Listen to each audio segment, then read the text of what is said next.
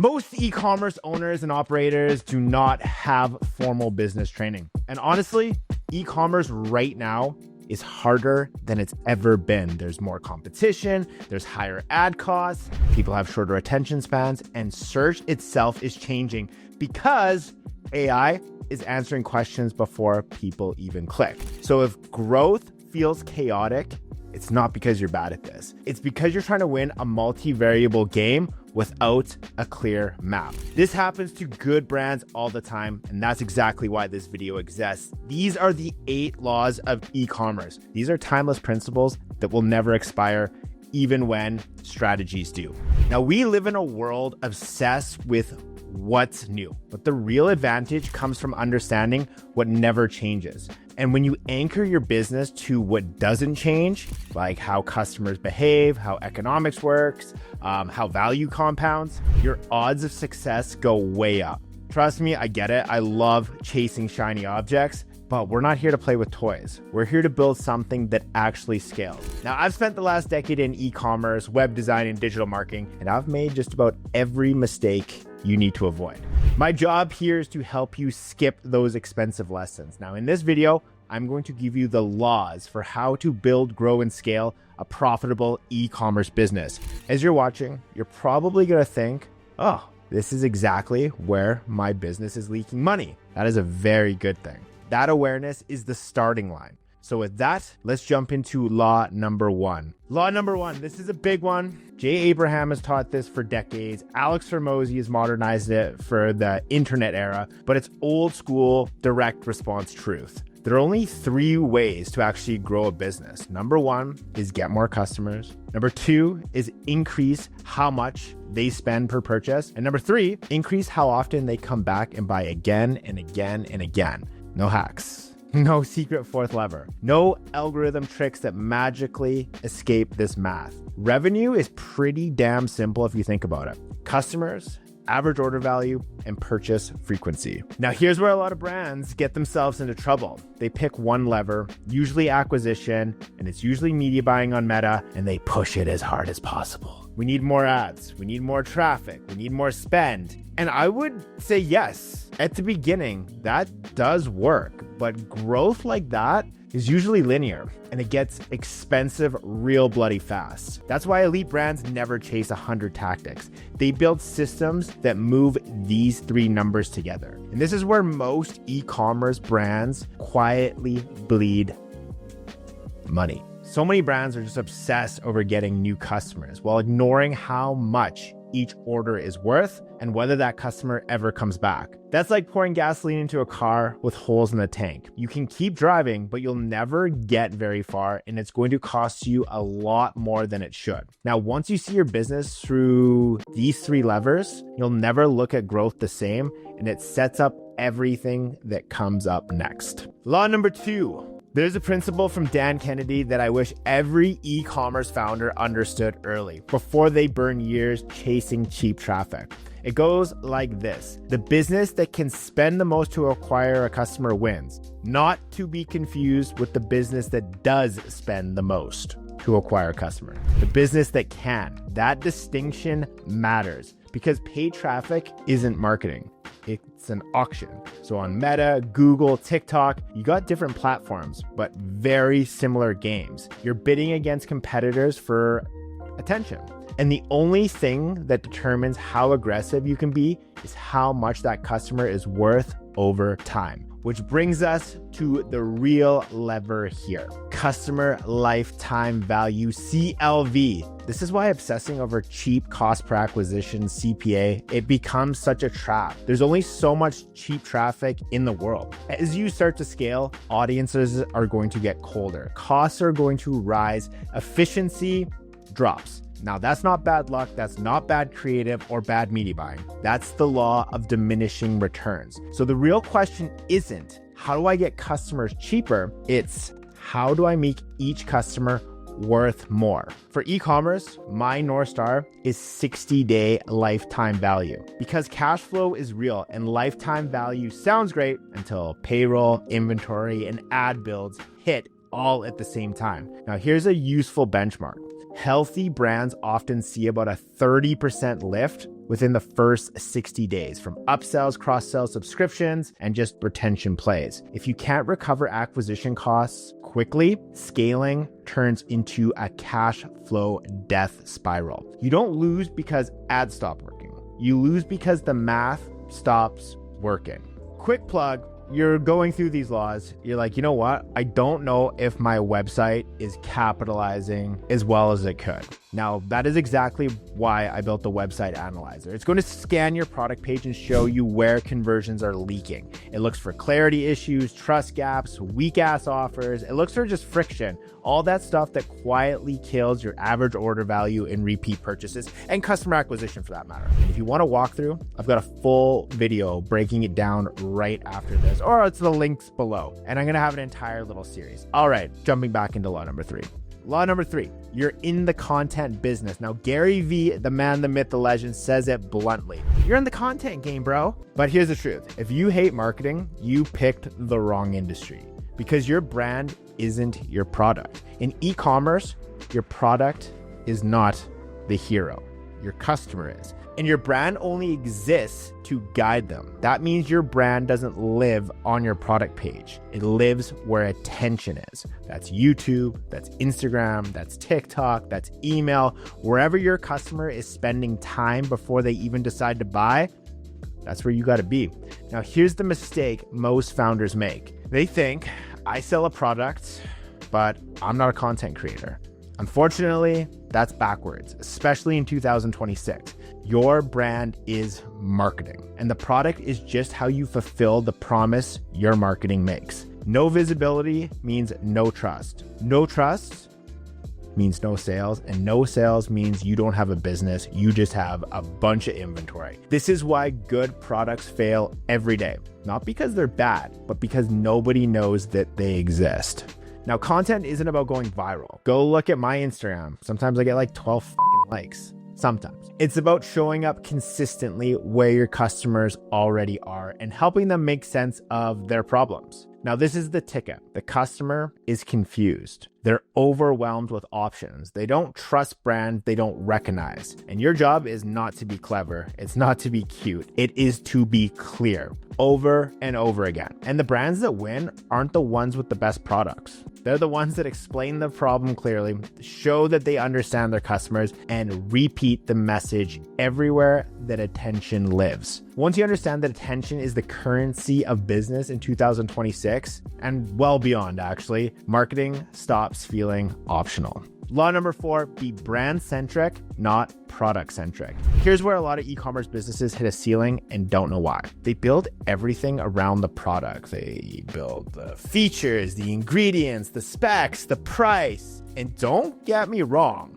the product definitely matters, but products don't actually create loyalty. Brands do. A brand-centric business does the opposite. It starts with the customer's identity, their problem, their value, their situation, and knows what they're trying to improve. And the product simply becomes the solution that fits into that story. That's why the strongest brands feel bigger than what they sell. They feel like a movement, not just a bunch of SKUs. This is also why community matters, not as a buzzword, but as a signal. When people see themselves reflected in your brand, their guard drops. Now, trust forms faster and repeat purchases happen naturally. Now, I've seen this happen firsthand. Brands pour everything into product development while competitors with worse products end up winning because their brand made customers feel understood. When you lead with brand, customers don't ask, is this the cheapest option? They ask, is this my brand? And once that happens, price becomes less important, competition feels smaller, and growth gets lighter instead of harder. Law 5, don't go wide, go deep. Let's get something straight, like straight facts. You are not Amazon and you're definitely not Walmart. So if you're trying to sell to everybody, you're going to sell to nobody. I've made this mistake. I've been part of catastrophes. I worked with this female grooming brand from Canada, real bloody cowboys, big ambitions, and in their mind, they had it figured out. Every woman was their customer. Teens, adults, grandparents, didn't matter. Young, old, skinny, obese, everyone. They even landed a big celebrity endorsement and thought, yeah, we're gonna fucking crush it.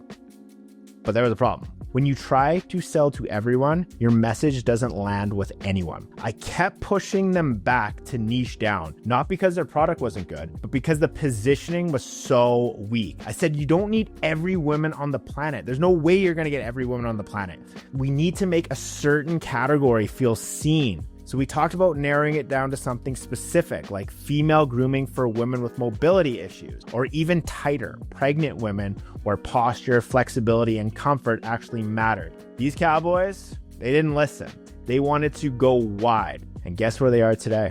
They don't exist. And this is a trap a lot of brands fall into. It's easy to reach tens of thousands of people with paid ads if you got the budget. That part's not hard. What's hard is reaching people who actually care enough and are ready to buy. Now, the broader you go, the more expensive it is to acquire customers. The narrower you go, the more your message does the work for you.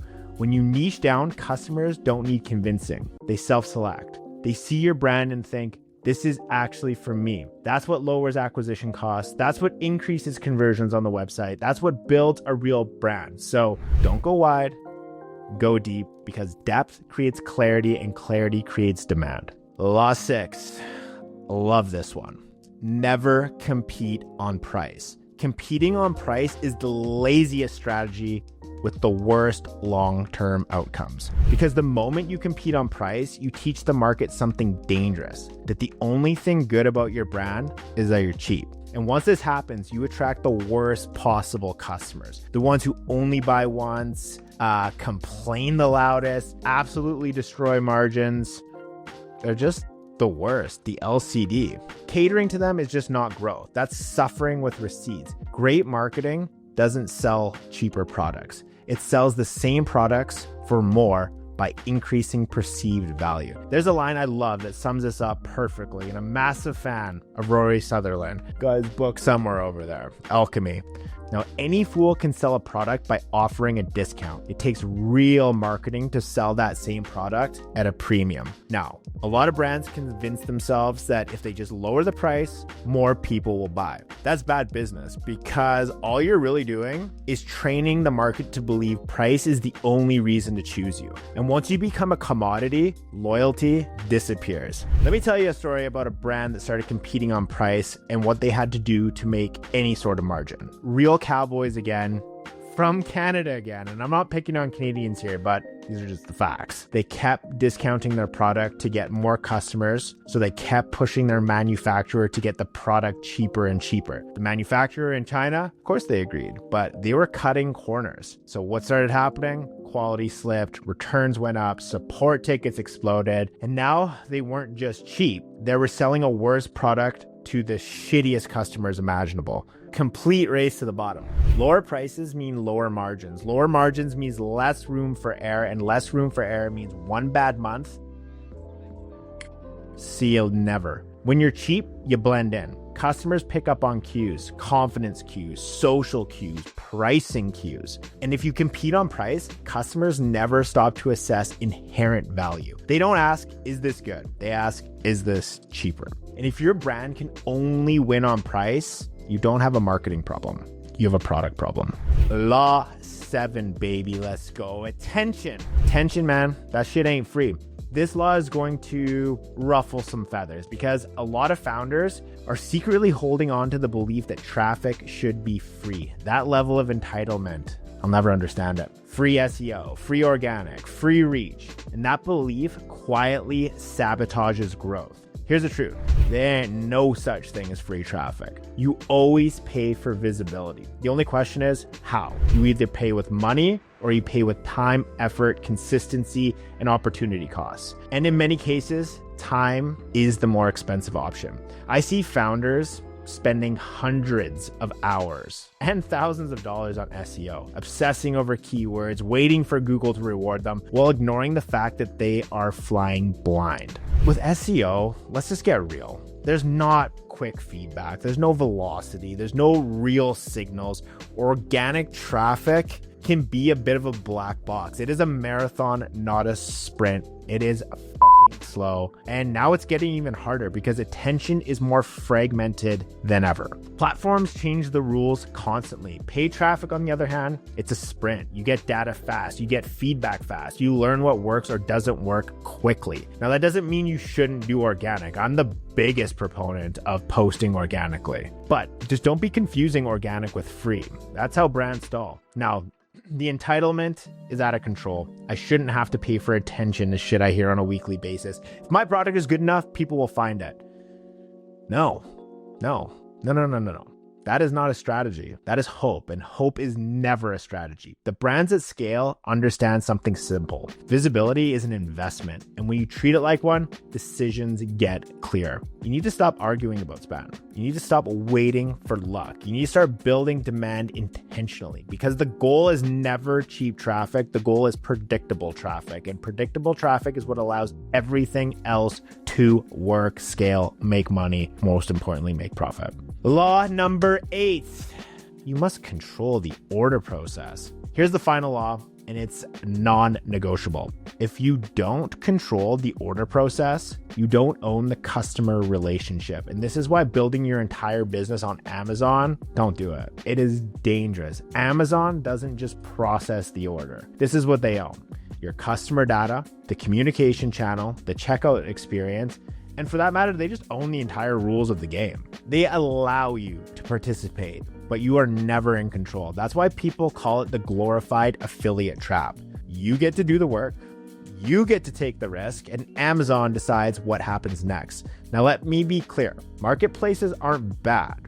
They are very, very powerful channels, but channels are not foundations. If your entire business lives on a platform you don't control, you don't have an asset. You have an income stream that could disappear like that. Now, I've seen brands build real momentum on Amazon only to get crushed by account suspensions, policy changes, copycat competitors, or I've heard of this, Amazon launching their very own version of that product. And there's really not a goddamn thing you can do about it because you don't own like anything, and you especially don't own the customer. This is why Shopify stores are number one. That's where you get so much control. Customer experience, the data, how customers are upsold, retained, nurtured, everything else, Amazon, marketplaces, wholesale, that's distribution, that's cash flow, that's reach, but it cannot be the core. The brands that win long-term use marketplaces to amplify demand, not to replace ownership.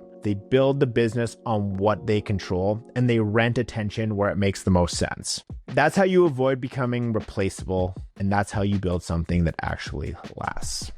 So, those are the 8 laws of e-com. And if you take nothing else from this video, e-commerce isn't hard because you need more hacks. It's hard because it's a system, and most people are running it like a slot machine, or they're throwing shit against the wall hoping things stick, or just pulling random levers. Hope is not a strategy. Once you understand these laws, you stop guessing, you stop building on platforms you don't control, you stop optimizing for metrics that don't actually move the needle of the business, and you start scaling with leverage instead of luck. That's when growth feels lighter, more predictable, and a lot less stressful.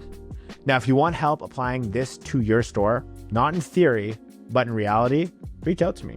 Hit me up in the comments. But also, go run your product page through my website analyzer. It'll show you where these laws are breaking down on your site and what to start fixing before you spend another dollar or time on traffic. I've also got a full walkthrough video, a nice little mini series about the 4 C's coming up. I got other videos in my library right now that are all based on how to scale a Shopify store successfully, because I want you to go build something real. I'll see you guys in the next one.